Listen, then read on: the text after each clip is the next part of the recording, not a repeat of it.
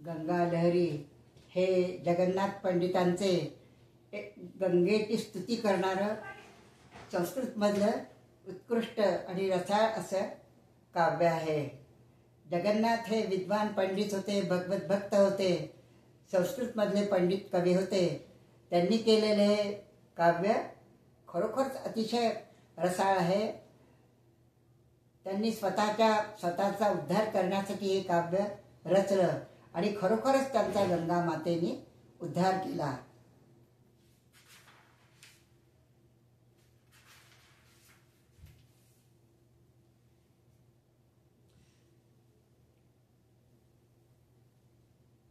त्यांचा उद्धार झाला हे आख्यान आपण दासगणूंच्या या आख्यान काव्यातून पाहणार आहोत.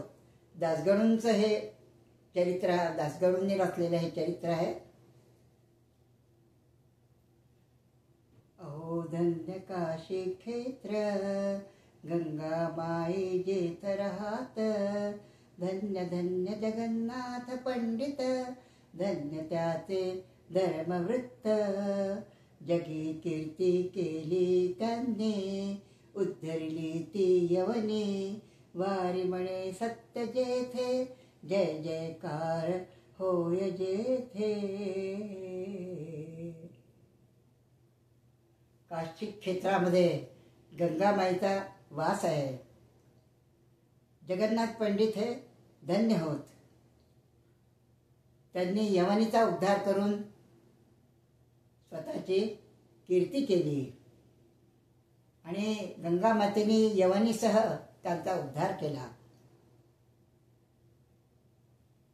तैलंगणात मुडदा ग्रामे त्या बेगिनाड वंशात, पेरू भट विप्राच्या आले पोटास श्री जगन्नाथ.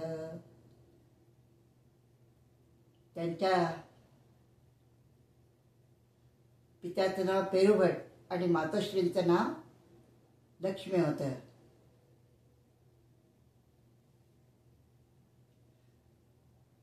ते अतिशय विद्वान, दिसायला देखणे असे होते की मदनही त्यांच्या पुढे कमी पडावा. पण घरी भयंकर दारिद्र्य होतं. वेळेवर त्यांना अन्न सुद्धा खायला मिळत नसे. भात नाही, भाकरी नाही, कोणत्याच प्रकारचं अन्न त्यांना 2 प्रहराला खायला मिळत नसं. खरोखर विद्वान माणसांना किंवा शारदेच्या भक्त असणाऱ्यांवर लक्ष्मी रुसते हेच खरं आहे.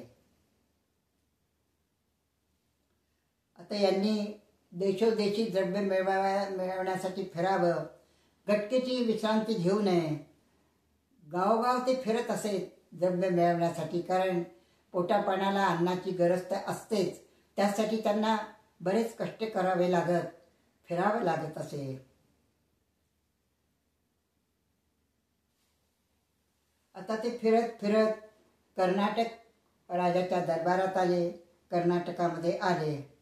पण कर्नाटकामधला राजा त्या घरी, राजाच्या राज्यात त्यांचा मुळीच मान झाला नाही. आर्थिक परिस्थिती त्या राज्यात चांगली असून सुद्धा त्यांना मान मिळाला नाही. बरोबर आहे, लक्ष्मीच्या दरबारामध्ये सरस्वतीचा अपमान हा होणारच.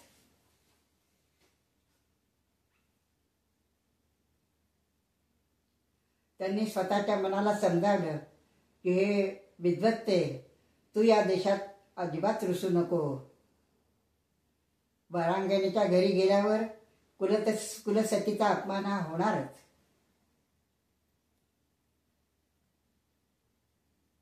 आणि या वायसांच्या घरी हंसाने मौन धरलेलंच बरं, नाही का? आणि कोरड्या अशा डबक्यामध्ये बेडकांचेच आवाज येणार, कोकिळ पक्षी तिथे गाणं म्हणू शकेल का? असं त्यांनी आपल्या मनाचं समाधान करून घेतलं. आता फिरता फिरता कर्नाटक सोडून जयपूरमध्ये जगन्नाथ पंडित आले. तिथे त्या ठिकाणी त्यांना चांगल्या प्रकारचा राजाश्रय मिळाला. जगन्नाथ पंडित त्या ठिकाणी राहिले. तर जयपूर हे राज्य कसं होतं ते पाहू. जयपूर राज्य लहान होतं आणि तिथलं सम्राट दिल्लीचं तख्त जे आहे मुसलमानांच्या हाती होतं. मुसलमानांचं राज्य त्यावेळेला आपल्या देशात सुरू होतं. ज्या ठिकाणी हाजी काजी मौलवी होते त्यांनाच धनदौलत मिळत असे, त्यांचाच मान होत असे.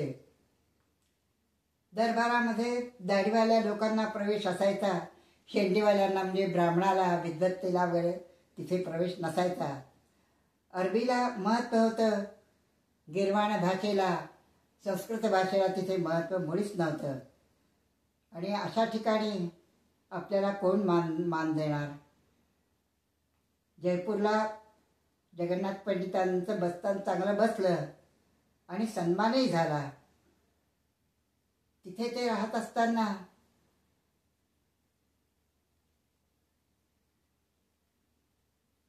ते शाही फरमान सुटले एक, तेणे हिंदूस पडला धाक, पळू लागले क्षेत्रस्थ लोक, मुला बाळास घे उजी.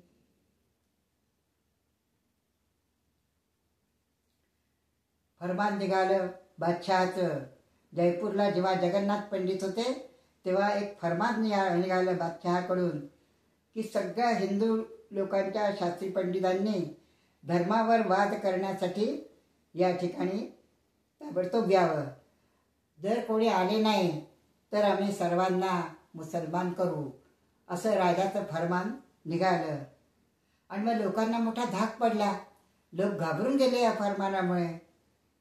मोठं एक धर्मसंकटच लोकांवर त्यावेळा हे आलं. काशी प्रयाग मथुरा पुरी पूर्व देशी, श्री व्यंकटेश गिरी पुष्कर उज्जनीसी, नाशिक पैठण भीमा तटी पंढरीला, गेला असे हुकमतो विबुधा जनाला. सगळीकडे फरमान पोचलेलं आहे दिल्लीवरनं. काशी प्रयाग मथुरा पुरी व्यंकटेशगिरी म्हणजे ज्याला तिरुपती आपण म्हणतो तिथे, पुष्कर उज्जैनी नाशिक पैठण पंढरपूर सगळीकडे हे फरमान गेलं. आता या फरमानाला पाहून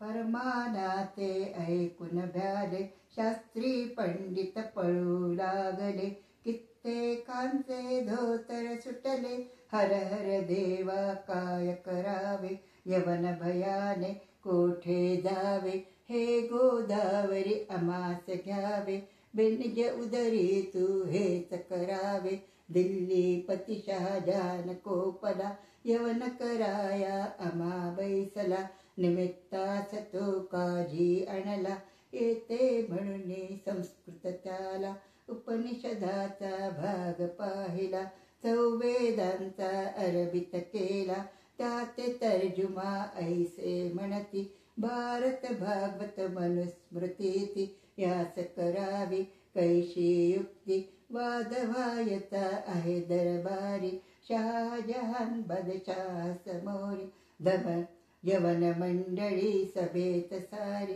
नासिरुद्दीन कमरुद्दीन अहम, यात सिकंदर इनाम महम्मद, अबुल फजन कविराजत यांचा, त्यांच्या पुढती टिकाव अमुता, आहे लागणे कठीण साचा, दास गुण म्हणे ऐशा रीती, पैठणात ते द्विजवर म्हणती, तेच गाईले मी या रीती. अशी परिस्थिती झाली. दिल्लीला जाऊन वाद धर्मावरचा करायचा होता. नासिरुद्दीन कमरुद्दीन अहमद असे मोठे मोठे लोक येणार होते.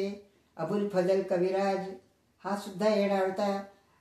आणि त्याच्यापुढे आपला टिकाव कसा लागेल असा प्रश्न सगळ्या हिंदूंना पडला.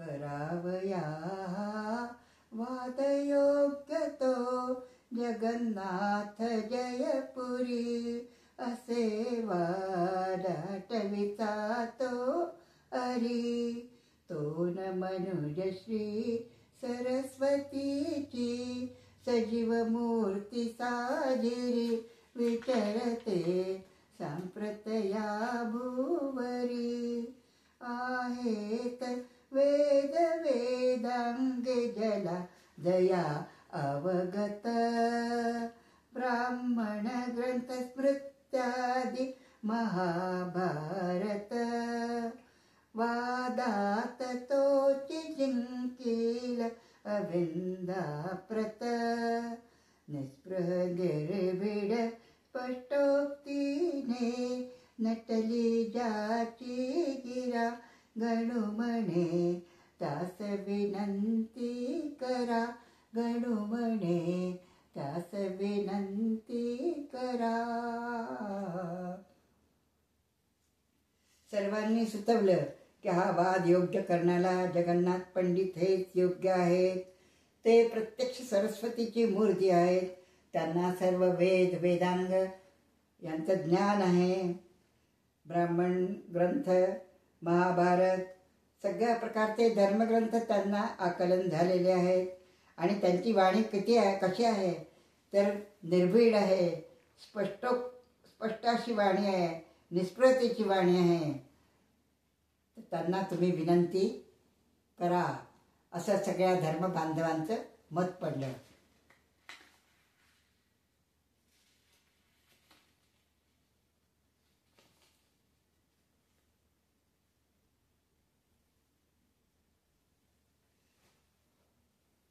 आता जगन्नाथ पंडितांनी कबूल केलं की मला फारशी येत नाही, अरबी भाषा येत नाही, ही माझ्यामध्ये एक उणीव आहे.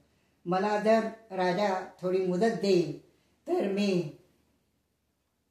वादविवाद करू शकेन आणि दिल्लीत जाऊन त्यांची दाढी उपटू शकेल, यश आपल्याला मिळू शकेल.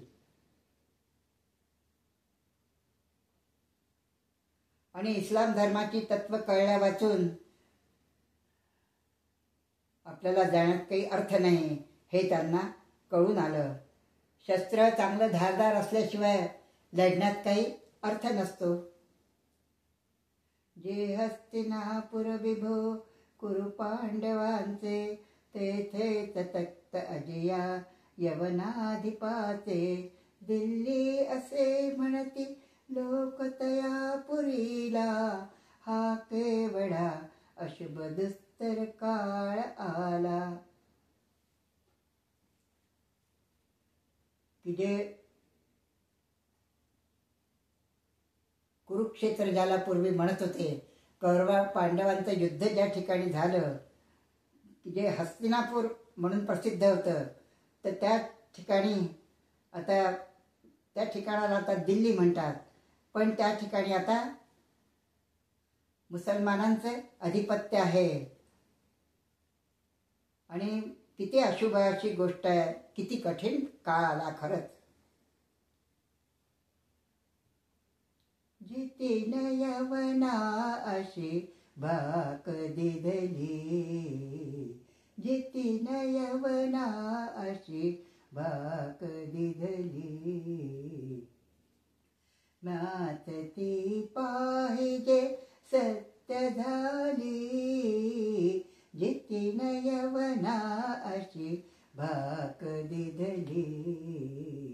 एक वर्षामध्ये यवन भाषा मला, एक वर्षामध्ये यवन भाषा मला, पाहिजे हृद्गता सहित आली, जितीन यवना अशी भाक दिधली. कोणतीही हरी गोष्ट दुर्घट खरी, कोणतीही हरी गोष्ट दुर्घट खरी, तुझसिया भुवरी मुळीन उरली. अब्धी ओलांडिला वानरांदी भला, गणू म्हणे ती शिला उदकी तरली, घेती न यवना अशी भाक दिधली, घेती न यवना अशी भाक दिधली. मी यवनांना जिंकेन, दिल्लीला जाऊन धर्मावर वाद करेन, यवनांना मी नक्की जिंकेन. पण मला 1 वर्षाच्या आतच ही यवनांची भाषा आली पाहिजे, हृद्गतासह आली पाहिजे. कोणतीही गोष्ट तशी कठीण नसते.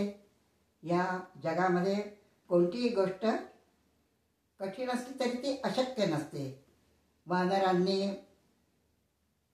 समुद्र ओलांडाच केले. रामकार्यासाठी वानरांनी समुद्र ओलांडला, शिळ्या उदकामध्ये तारल्या, रामरायांनी तारल्या. तर मला सुद्धा वादविवादात जय नक्की मिळेल असा विश्वास जगन्नाथ पंडितांच्या ठिकाणी निर्माण झाला. आणि हिंदू धर्म बांधवांनी परमेश्वराची करुणा भाकली, प्रार्थना केली.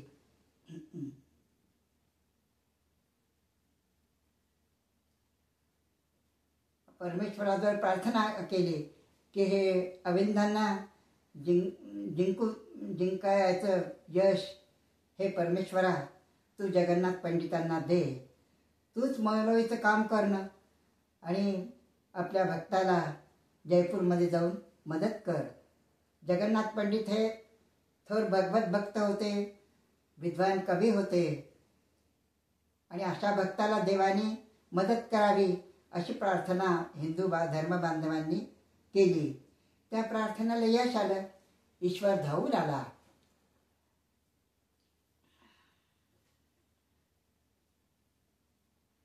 बन गए फकीर प्रभु महाराज, बन गए फकीर प्रभु महाराज, जो संतन के सरताज, बन गए फकीर प्रभु महाराज.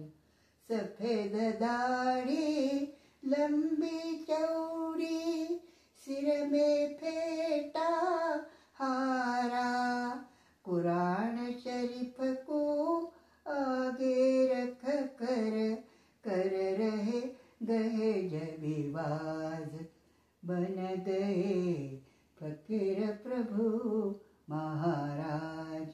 लाइल लीला कह के आगे पीछे डूल रहे, दास गणु कहे भक्तन का प्रभु फतेह करत है काज, बन गए फकीर प्रभु महाराज, बन गए फकीर प्रभु महाराज. गोपाल कृष्ण भगवान की जय. भगवानांनी फकीराचा वेश घेतला आणि जगन्नाथ पंडितांना सर्व धर्मातली मुस्लिम धर्मातली तत्व, अरबी भाषा सर्व शिकवलं. यवन धर्मातली सगळी तत्व त्यांना समजावून सांगितली. पंडितांना इस्लाम धर्माची संपूर्ण तत्वे विशद करून सांगितली खूप चांगल्या तऱ्हेने की जगन्नाथ पंडित त्या तत्वांमध्ये, ती तत्व जाणण्यामध्ये अगदी प्रवीण झाले.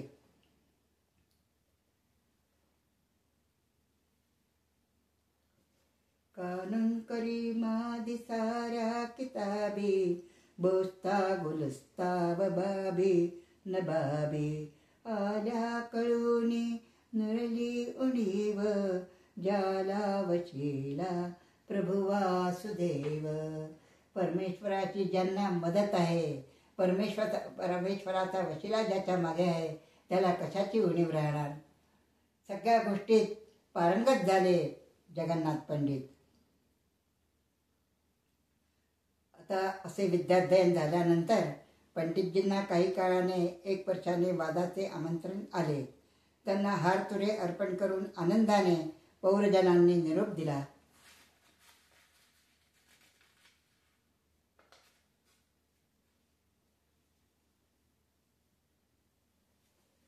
आणि त्यांना शुभेच्छा दिल्या की आपल्या चौवेदांचा जय दिल्लीत तुमच्या हातून व्हावा. आमचं स्वराज्य प्रथम हरण केलं गेलं आणि त्यांची सेवा करण्यासाठी मुस्लिम लोकांनी आम्हाला गुलाम केलं. आता आमच्या धर्मावर फार मोठं संकट आलेलं आहे. आमच्या धर्मावर ते फिरलेले आहेत आणि या गोष्टीचा विचार करून आपल्या या अधम लोकांचा तुम्ही सूड घ्या म्हणून निरोप दिला.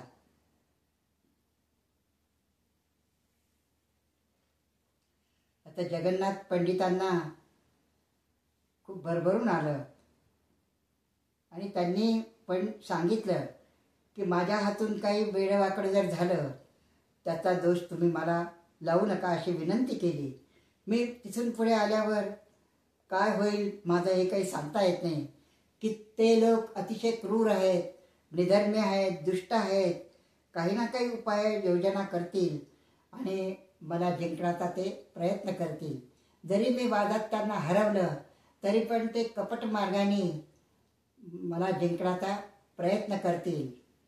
तर त्याचा दोष तुम्ही मला अजिबात देऊ नका.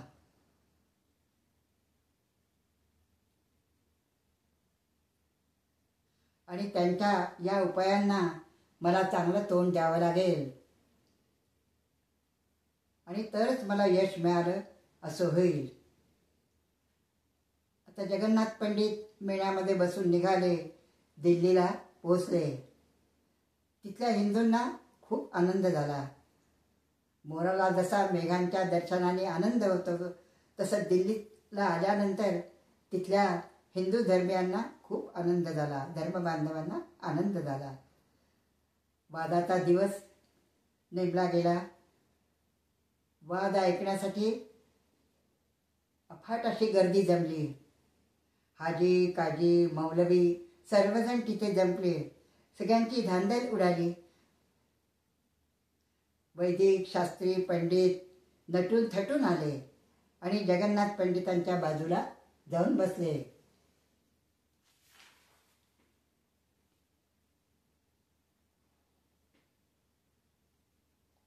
दरबार दिवाडी आम लक्ष्मी धाम, जेथले काम सुबक पाहोनी, लाजेल पुरंदर मणी. मधी बादशाही तख्तास शहा बैसला, शिरी मुकुट दिव्य रत्नांचा चमचमा चमकू लागला. शहाजादा अकलमंद दरधूर्त धोरणी, विद्येची अभिरुची ज्याला होती बाळपणापासून. आता दिवाणी चांगल्या प्रकारे सजला. अतिशय सुंदर आणि सुबक असं काम त्या ठिकाणी केलं होतं. मध्ये शहाजहान बादशाह तख्त्याला टेकून बसला. त्याच्या शिरावरचा मुकुट अतिशय दिव्य अशा रत्नांचा बनवलेला होता. तो चमकू लागला. पण शहाजादा बुद्धीने जरा मंद होता. तर दारा हा धूर्त आणि धोरणी होता आणि दाराला विद्येची आवड लहानपणापासूनच होती. दारा हा सगळ्यांमध्ये अत्यंत न्यायी होता. त्याला कपट कसं करावं हे मुळीच समजत नव्हतं. तत्व हुडकण्यासाठी तो सदैव तयार असे, पण कधी त्याने कोणाशी कपट केलं नाही. आता वादविवादाला सुरुवात झाली. जगन्नाथ पंडितांनी सांगितलं की हा जो आमचा धर्म आहे, ऋतिज धर्म, हा पृथ्वीवर अनादी काळापासून चालत आलेला आहे. फार प्राचीन असा हा आमचा धर्म आहे, प्राचीन काळापासूनचा आहे. आणि कुराण हे पुष्कळ मागून आलं. याचा तुम्ही विचार करा. नदी ही नदीच राहते, ती कधीही समुद्र होऊ शकत नाही. नदीला कितीही मोठा पूर जरी आला तरी तिचं रूपांतर समुद्रामध्ये होत नाही. तिला कोणी कधी समुद्र म्हणत नाही. तिला किती पूर जरी आला तरी तिला स्वतःच्या पाण्यासोबत सागराला मिळावंच लागतं, तरच ती सागर होते. सागराला जाऊन मिळाली तरच ती सागर होते. अन्यथा नुसत्या पुराच्या पाण्यामुळे ती समुद्र बनू शकत नाही. तसा आमचा धर्म हा अति प्राचीन आणि अफाट आहे, सर्वसमावेशक आहे. तो कधीही हरू शकत नाही. आणि कुराण त्याच्या मागून बरेच वर्षांनी आलेला आहे. तो इतका प्राचीन नाही. असा 15 दिवसपर्यंत सभेमध्ये वाद चालू होता. यवनांचे सर्व सिद्धांत जगन्नाथ पंडितांनी खोडून काढले. जगन्नाथांचा पुढे वादामध्ये विजय झाला. आपल्या धर्मबांधवांना अतिशय आनंद झाला. पण एकट्या दारावातून सर्व यवन लोक जळफळाट व्हायला लागला त्यांचा. कारण हिंदूंविषयीचा द्वेष त्यांच्या मनामध्ये होता. त्यांचा जळफळाट व्हायला लागला. ते म्हणाले की हा काही पंडित नाही आहे, सैतानच इथे आलेला आहे. की आणि आमचा इस्लाम धर्म खोटा ठरवला, इस्लाम धर्माला वादात हरवलं, हा जणू काही सैतानच या ठिकाणी आलाय असं सगळ्या यवनांना वाटायला लागलं. फक्त दारा चांगला होता, त्याचा दळफळाट झाला नाही, त्याला द्वेष वाटला नाही.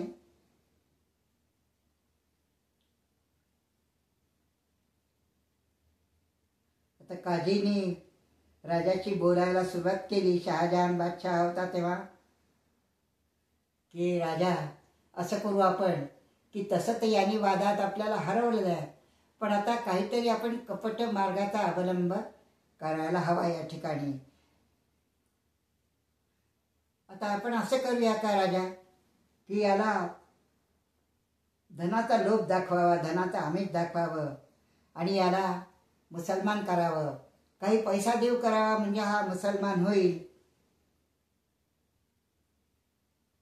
किंवा त्याला मोहून टाकण्यासाठी एक सुंदर अशी युवती, यवनी युवती कोणीतरी आपण पाठवावी. पण कसंही करून हा जो सैतान आपल्याकडे आलेला आहे, हा जो पंडित आपल्याकडे आला आहे, त्याला मुळीच सोडू नका, अशी मसलत त्याने राजाला, या काझीने सांगितली.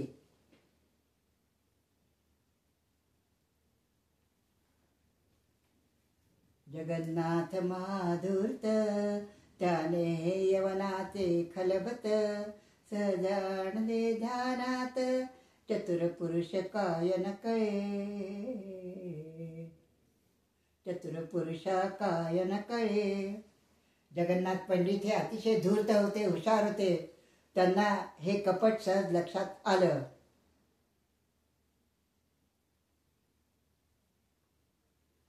या पंडिताचा वध करणे आपल्याला तसं कठीण नाही असं काझीने सांगितलं, पण दाराला ते मुळीच आवडणार नाही.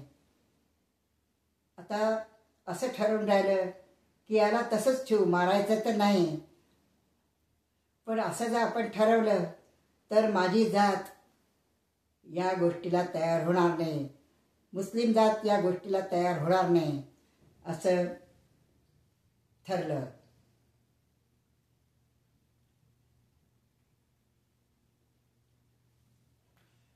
मग एक विचार अजून ठरला. आहे जनान्यामध्ये जी लवंगी, जी चारु गात्रा सुभगा कुरंगी, ती पंडिताच्या नजरेस पाडा, आणि तयाला अपनात ओढा. लवंगी ही बादशहाची कन्या, ती अतिशय सुंदर अशी आहे दिसायला. ती पंडिताच्या नजरेसमोर आणा आणि त्याला आपल्यामध्ये ओढा, तो तिच्या सौंदर्यावर भाळून जाईल. लवंगीच्या त्या नेत्र कटाक्षादी, लवंगीच्या त्या नेत्र कटाक्षादी, विवळ होईल पंडित जरी ज्ञानी. महातापस श्रेष्ठ शागाधी जाला, महातापस श्रेष्ठशा गाधी जाला, मेनकेने गटकेत दास केला, मेनकेने गटकेत दास केला. लवंगीच्या सुंदर अशा नेत्रकटाक्षांनी सुद्धा हा पंडित जरी ज्ञानी आहे तरी तो विवळ होईल. थोर तापसी अशा श्रेष्ठ अशा गादीच्या ऋषीला सुद्धा मेनकेने गटकेत आपला दास केला. हा ऋषी महातापसी असून सुद्धा मेनकेच्या सौंदर्याला भाळला आणि तो तिचा दास झाला. आता यांना सांगितलं गेलं जगन्नाथ पंडितांना की तुम्हाला मोह घालायला, तुम्हाला भुलवायला एक सुंदर अशी स्त्री इथे येणार आहे. बादशाह तिला बोलावणार आहे. तिला जर तुम्ही नकार दिला तर तुमचा इथेच प्राण गेला असं समजा.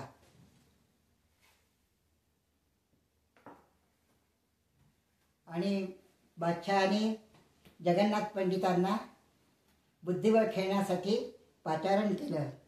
आता पूर्वीच्या काळात बुद्धिबळासाठी पाचारण आल्यावर कोणी सहसा नाही म्हणत नसे, कारण हे तर विद्वान होते, पंडित होते, बुद्धी हे ज्यांचं बळ होतं ते बुद्धिबळाला नाही कसं म्हणणार. त्यांनी बुद्धिबळाला होकार दिला आणि बुद्धिबळ खेळण्यासाठी ते आले. खेळता बुद्धिबळशास तहान लागली, म्हणूनिया आतुरते त्याने लवंगीस हाक मारली. ती लवंगी नव्हे प्रत्यक्ष बिजली चमकली, किंवा ती कामराजाची प्रणयाग्रदूतिका आली. भ्रुकुटीला तिने चढविले काम शरभले, बहुत सोडले वाया बेजार, गणू म्हणे पंडितावर. पण चमत्कार असा झाला की जगन्नाथ पंडितांनी तिच्याकडे पाहिलं नाही, अजिबात ढंकूनही पाहिलं नाही. राजाच्या मनाला मोठं नवल वाटलं की इतकी सुंदर माझी मुलगी समोर आली तरी या पंडितांनी तिच्याकडे पाहू पण नाही, पाहिलं पण नाही, की खरोखरच त्याचा मनावर खूप जय आहे. विषय वासना याला अजिबात झाली नाही. बरोबरच आहे, सूर्यापुढे कोंबडं कसं यायला धडणार आहे हे बरोबरच आहे. आता बादशहाने दुसरी युक्ती या ठिकाणी योजली. तो जगन्नाथ पंडितांना म्हणाला, कवन करिता तुम्ही शीघ्र सरस साचे, कवन करिता तुम्ही शीघ्र सरस साचे, मला प्रत्यंतर दाखवात याचे, अली आहे जी सुता मदीय येथ, इथे वर्णन तुम्ही करा संस्कृतात. राजाला सांगितलं की माझी इतकी सुंदर रूपवती कन्या इथे आली आहे, तिथं तुम्ही सरस असं वर्णन संस्कृतमध्ये करा, कारण तुम्ही शीघ्र कमी आहात, विद्वान आहात, तुम्ही उत्तम असं काव्य करू शकता. तर माझ्या मुलीवर उत्तम असं काव्य, शीघ्र असं काव्य करा. जगन्नाथ पंडितांनी तिच्यावर काव्य केलं, सुंदर असं वर्णन तिचं संस्कृत श्लोकामध्ये केलं. यं सुस्तने मस्तकन्यस्तकुम्भा सुकुम्भारणं चारुचैलं दधाना, समस्तस्य लोकस्य चेतप्रवृत्तिं गृहीत्वा घटे स्थापयातीव भाती. आता याचा भावार्थ पण पाहूया, कारण संस्कृत सगळ्यांना समजतच असं नाही. या तुझ्या उत्तम स्तनवती कन्येने कुसुंबाने रंगवलेले सुंदर वस्त्र परिधान केलेले आहे. डोकीवर कलश घेऊन ती येथे उभी असता मला तर असं वाटलं की जणू काय तिने सर्व लोकांच्या चित्तवृत्ती आकर्षण करून त्या या घटात भरून ती घेऊन जात आहे. या वर्णनामुळे बादशाह अतिशय खुश झाला. साहजिकच आहे, आपल्या मुलीचं इतकं सुंदर काव्यमय वर्णन ऐकून कोणताही पिता हा खुश होणारच. व तो जगन्नाथ पंडितांना म्हणाला की ज्या अर्थी याने तुमचं मन मोहून घेतलं, याचा अर्थ मी ही मुलगी तुम्हाला दिली पाहिजे. माझी ही मुलगी रत्नाप्रमाणे सुंदर आहे, ती तुम्हाला दिली पाहिजे. आणि तुम्हाला जर खरोखरच ही आवडली असेल तर तुम्ही तिचा आदराने स्वीकार करावा. आता उगीच वेळ घालवू नका, तिचा स्वीकार तत्काळ करा. यावर जगन्नाथ पंडितांनी उत्तर दिलं की संपत्ती, गज, रथ घ्यायला माझं मन तयार नाही. तर मी काही घ्यायला तयार नाही. धन, गज, संपत्ती काही मला नको. पण तुमची अशी ही कन्या आहे, ती मला फक्त तुम्ही दान करा. कारण तिचा स्वीकार जर केला नसता तर त्यांचे प्राण जाणार होते हे ते जाणून होते.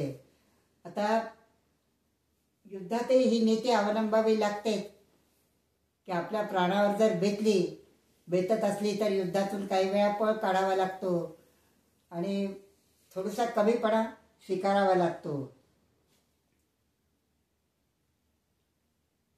आता पंडितांनी असंच बोलल्यावर सगळ्या यवनांना खुशी झाली आणि शहाजहानला ते म्हणाले की जर लंगीवर खरोखरच जगन्नाथ पंडितांचं प्रेम असेल, त्यांना ती आवडली असेल तर तिच्यासोबत यांचं लग्न लावून द्या. तशी देऊ नका, लग्न लावूनच द्या. कारण जगाला दिसायला योग्य दिसावं असंच आपण करावं. तर बादशहाने शब्द टाकला जगन्नाथ पंडितांना की तुम्ही हिच्याशी लग्न करून हिचा आदराने स्वीकार करा. पण त्यावर जगन्नाथ पंडित म्हणाले, ते सुद्धा चतुर होते, त्यांना आपल्या धर्माचं रक्षण करायचं होतं.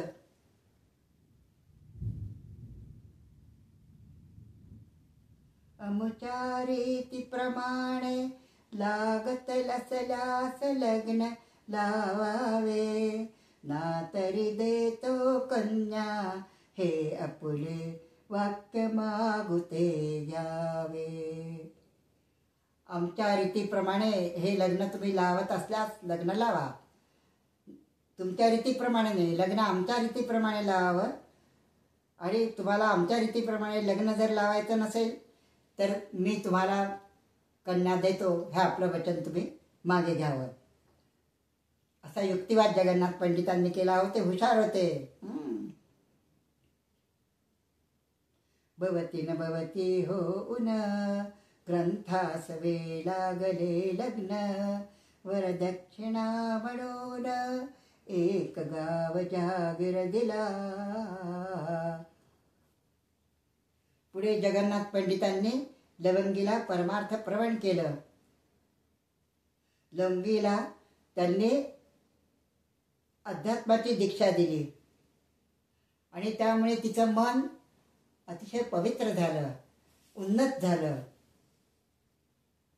तिला विषय सुखाची भीती उरली नाही.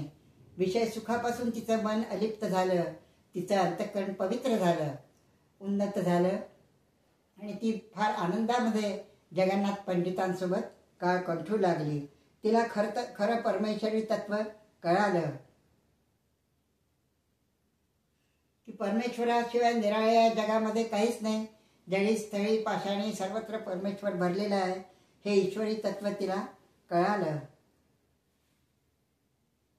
विषयतम टिके का ज्ञान सूर्यासमोरी, यवनी तरुण बाला राहिली ब्रह्मचारी. सतत मिळत प्याया तो यजा मानसांचे, पटत मळीन त्याला आपत्या थिल्लरांचे.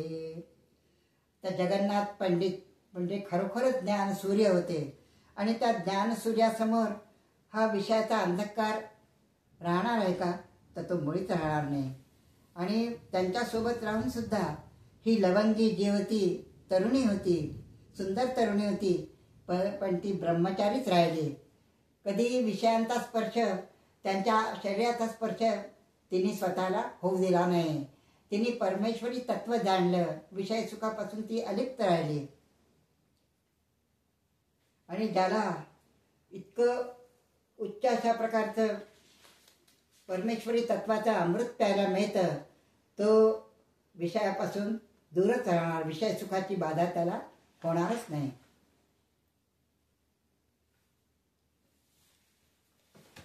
तर दिल्लीमध्ये जगन्नाथ पंडित काही दिवस खूप सुखाने राहिले. लवंगीसह राहिले यमुनेच्या तीरावर, पण अंतःकरणामध्ये मात्र अतिशय सावधान होते.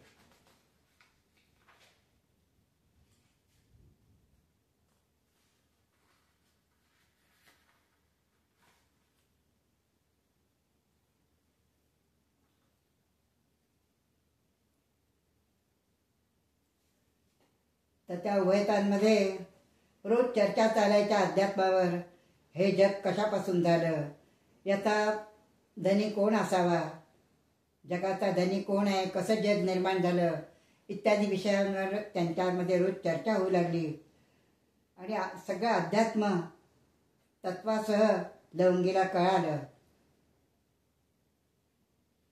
क्षणिक सुख तिला तुच्छ वाटू लागलं. आणि ज्याला हे आध्यात्मिक सुख लाभलेलं आहे त्याचा आनंद कशामुळे कमी होत नाही.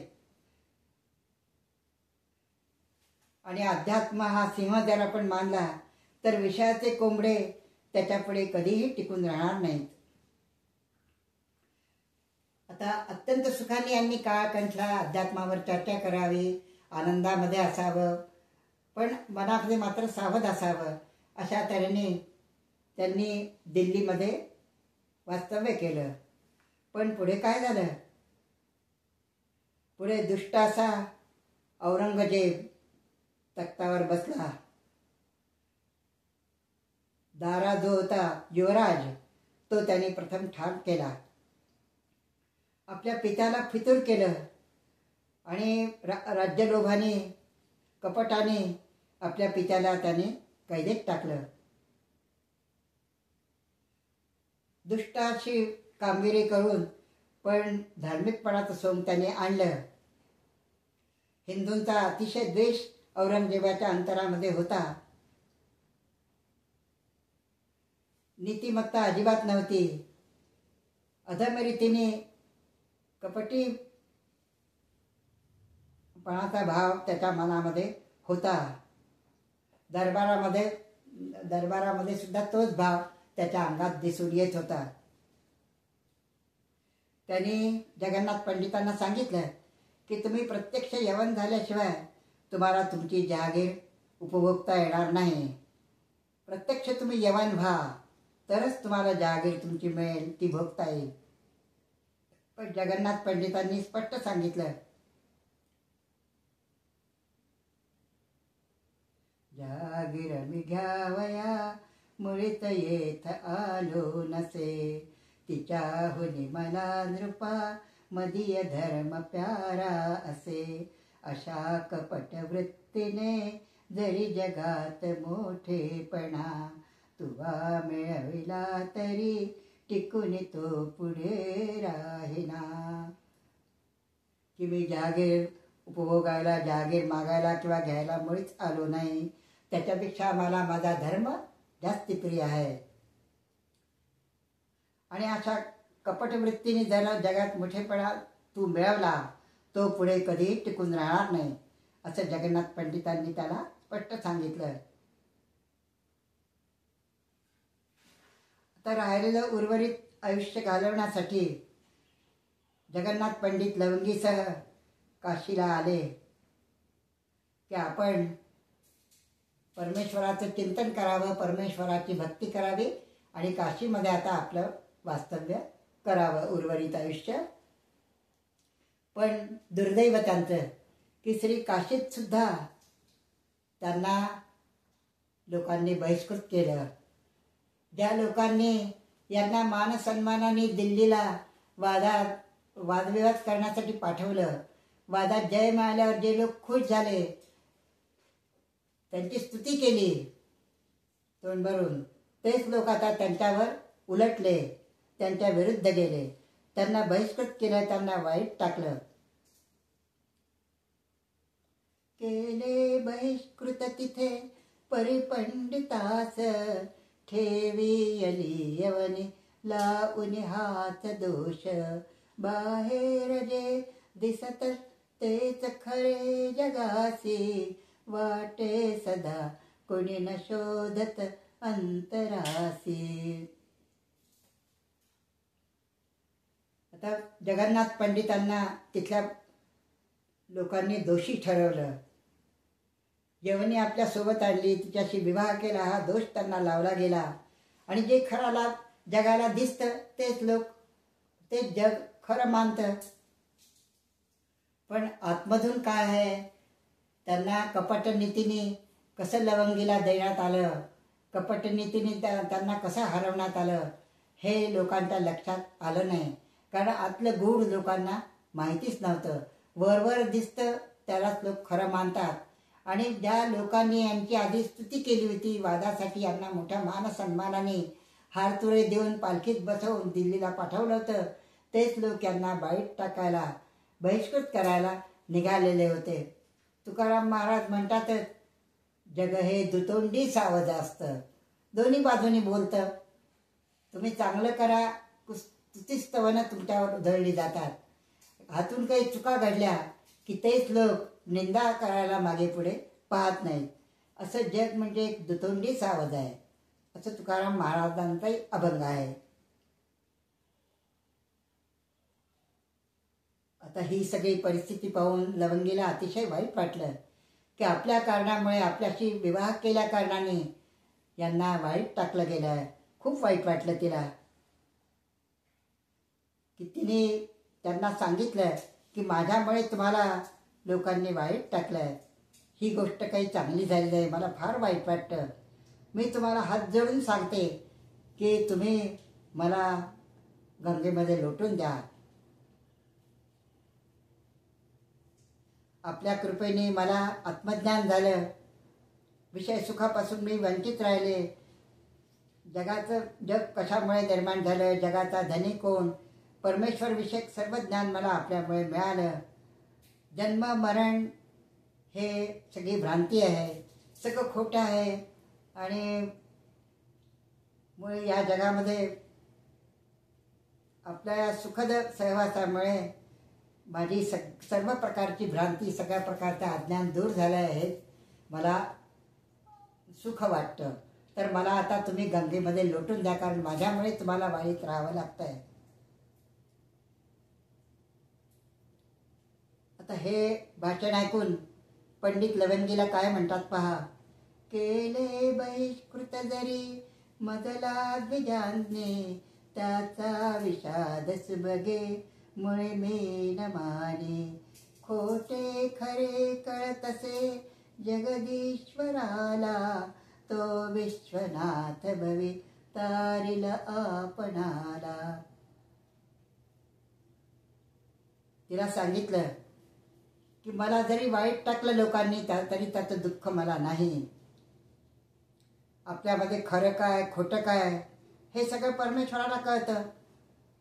तोच काशी विश्वेश्वर आपल्याला या भवाब्दातून, भवसागरातून तारेल, असा विश्वास जगन्नाथ पंडितांना होता आणि तो त्यांनी तिला दिला. आता दिवसा ढवळ्या या लवंगीसह, या यवनीसह हे जगन्नाथ पंडित अगदी निजलेले पाहून अप्पय्या दीक्षित म्हणतात, ते पण ज्ञानी होते.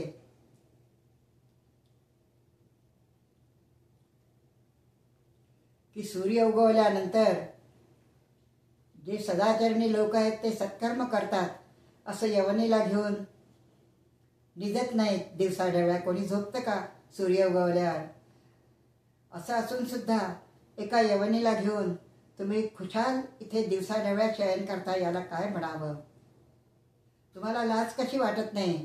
असं त्यांनी जगन्नाथ पंडितांशी बोलायला सुरुवात केली.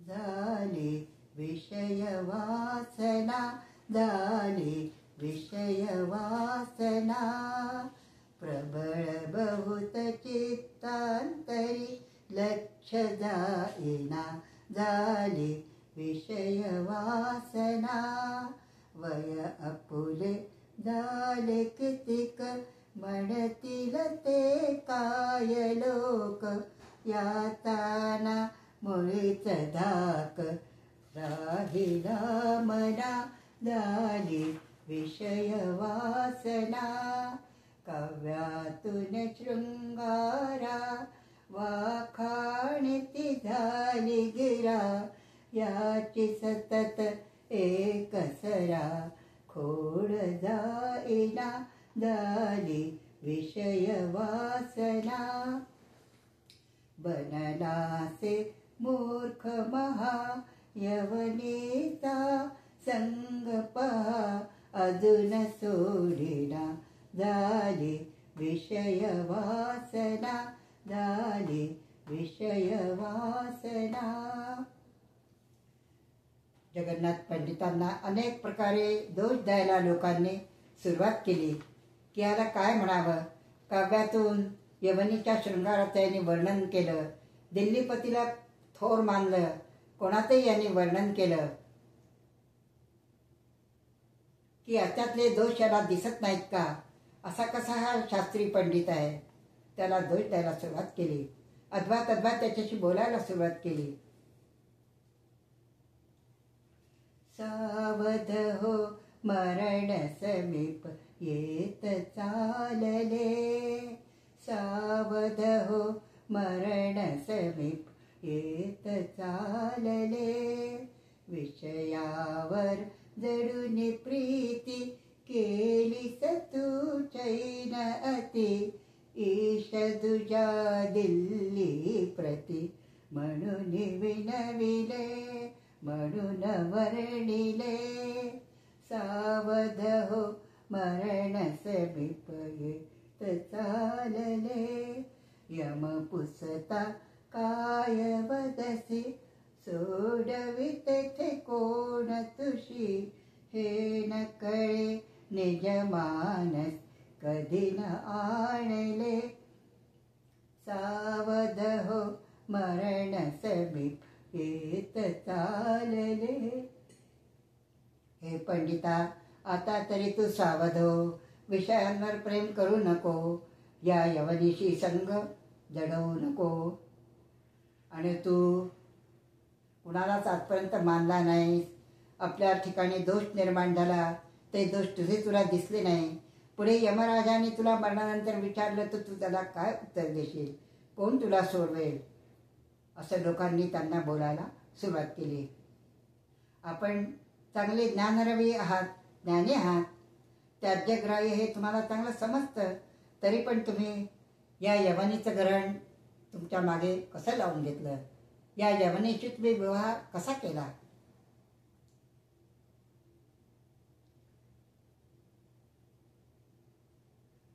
कोणिया पाहुनी पंडितास, वदले अपय्या आपुले मनास, यवनीची या राहुनी संगतीला, जगतात निंद सदैव झाला. अप्पय्या म्हणाले की यवनीच्या संगतीत राहून हा निंदच झाला. पण जगन्नाथ पंडितांनी त्यांना उत्तर दिलं, हो दीक्षिता भरवसा मद जान्हवीचा, आहे नती उरवी लेशही पातकाचा, माझ्या परीत तुम्ही या बळ जान्हवीचे, जाणा नसे मुळीच कारण काळजीचे. की या गंगा मातेचं सामर्थ्य तुम्ही जाणा. माझा तिच्यावर पूर्ण विश्वास आहे आणि माझ्या ठिकाणची पापं ती नक्कीच नाहीशी करील. या जान्हवीचं सामर्थ्य माझ्याप्रमाणे तुम्ही पण जाणता आहात, त्याच्यामुळे काळजी करण्यात आता काही कारण नाही, अशी जगन्नाथ पंडितांनी त्या अप्पय्या दीक्षितांची समजूत घातली. आणि असं म्हणून जगन्नाथ पंडितांनी गंगेची स्तुती आरंभ केली. सुंदर असं त्यांनी काव्य रचलं. आता त्या आपण दासगणू महाराजांचं काव्य पाहू.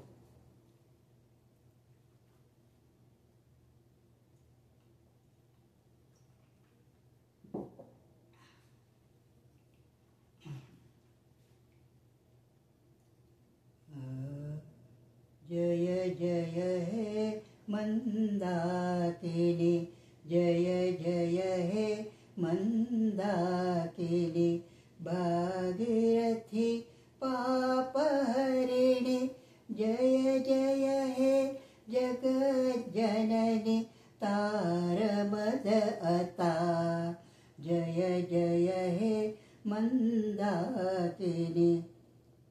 पातकास नाही भीती, वदनी सदा गर्वोक्ती, केली व्यर्थ मनुजस्तुती, गुण न पाहता, जय जय हे मंदाकिनी.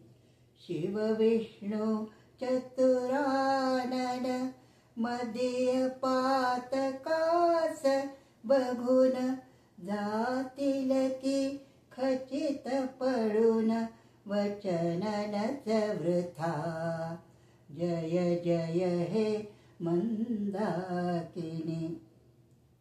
दासगणू करीत स्तवन, पातकास निर्मूलन, दासगणू करीत स्तवन, पातकास निर्मूलन, करुण शिवे दावचरण, जोडितो हता, जय जय हे मंदाकिनी, जय जय हे मंदाकिनी. भागीरथी पापहरिणी, जय जय हे जगज्जननी, तारमद अता, तारमद अता. अतिशय करुणावाणीने जगन्नाथ पंडितांनी गंगा मातेची स्तुती केली. गंगा माते, तू तरी आता धावून ये. माझी पातकं खूप घोर अशी पातकं मी केली आहे. माझ्या पातकांना काही गणतीच नाही की मी माणसांची स्तुती केली, सदैव माणसांची स्तुती केली, त्यांचे गुण न पाहता त्यांची स्तुती केली, की माझ्या या घोर अशा पातकांना बघून की ब्रह्मा विष्णू महेश सुद्धा पळून जातील. माझा उद्धार करायला कोणी सुद्धा तयार होणार नाही. खरोखरच ते पळून जातील. माझ्या उद्धाराला कोणी पुढे येणार नाही. आणि दासगणू महाराज आता स्तुती करतात, स्तवन करतात गंगेचं, की माझ्या पातकांचा नाश करून हे शिवे, हे गंगा माते, तुझे चरण मला दाखव, म्हणून मी तुला हात जोडतो, नतमस्तक होतो तुझ्यासमोर. तर जगन्नाथ पंडितांनी ही स्तुती 52 श्लोकात केली. आणि प्रत्येक श्लोकापरत गंगा माता एक एक पायरी वर चढत गेली. वर चढत गेला. आणि नंतर असे स्तवन ऐकता प्रगटली जलाच्यावरी, चतुर्भुज मनोरमा विमल कीर्ती बिंबाधरी, जगज्जननी जानवी पदनतास तारावया, तसाच गणुपातकी करीधरी निवारी भया, गंगा माता की जय. अशी स्तुती ऐकल्यावर गंगा माता जलाच्यावर प्रकट झाली. चतुर्भुजा अशी ही गंगा माता, अशी ही देवी, जिची कीर्ती विमल आहे, आणि तिने जगाची जननी असलेली ही गंगा माता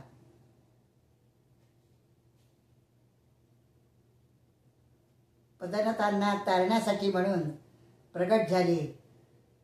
दासगणू महाराज म्हणतात, माझ्यासारख्या पातकाचा सुद्धा तू नाश कर आणि माझ्या भयाचं तू निवारण कर.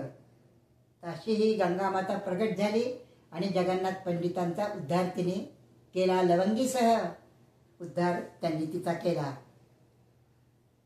काशीत श्रेष्ठ मासी अभिजित, काशीत ज्येष्ठ मासी अभिजित वेस, शुद्ध दशमीला यवनी सह गंगेने पंडित कविराज राय उद्धरिला.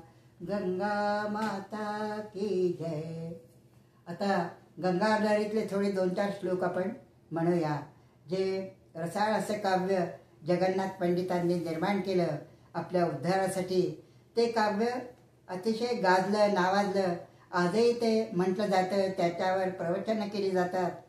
असं हे रसाळ आणि उत्कृष्ट असे काव्य जगन्नाथ पंडितांच्या मुखातून बाहेर पडलेलं आहे. समृद्धं सौभाग्यं सकल वसुधाया किमपि तन् महेश्वर्यं लीला जनित जगत खंड परशो. श्रुतीनां सर्वस्वं सुकृतमथमूर्तं सुमनसां सुधा सौन्दर्यन्ते सलिलमशिवं नः शुभयतु.